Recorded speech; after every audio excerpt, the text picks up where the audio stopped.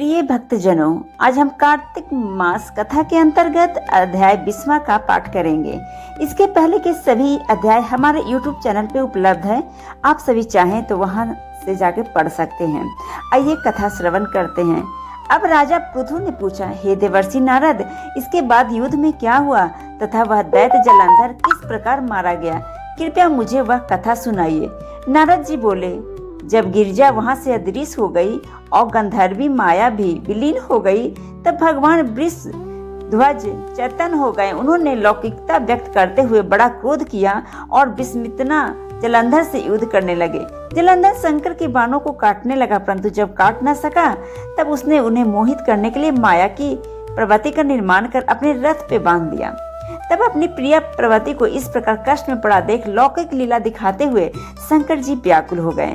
शंकर जी ने भयंकर रौद्र रूप धारण कर लिया।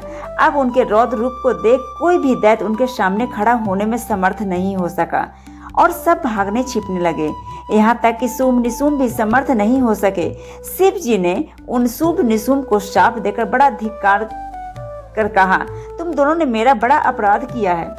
तुम युद्ध से भागते हो, भागते को मारना पाप है। इससे मैं तुम्हें अब नहीं मारूंगा, परंतु गौरी तुमको अवश्य मारेगी। शिव जी के ऐसा कहने पे सागर पुत्र जलंधर क्रोध से अग्नि के समान प्रज्वलित हो उठा। उसने शिव जी पे घोर बाण बरसाकर धरती पे अंधकार कर दिया।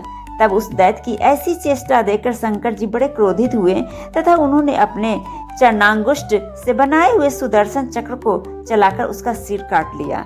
एक प्रचंड शब्द के साथ उसका सिर पृथ्वी पे गिर पड़ा और अंजन पर्वत के समान उसके शरीर के 2 खंड हो गए। उसके रुधिर से संग्राम भूमि व्याप्त हो गई।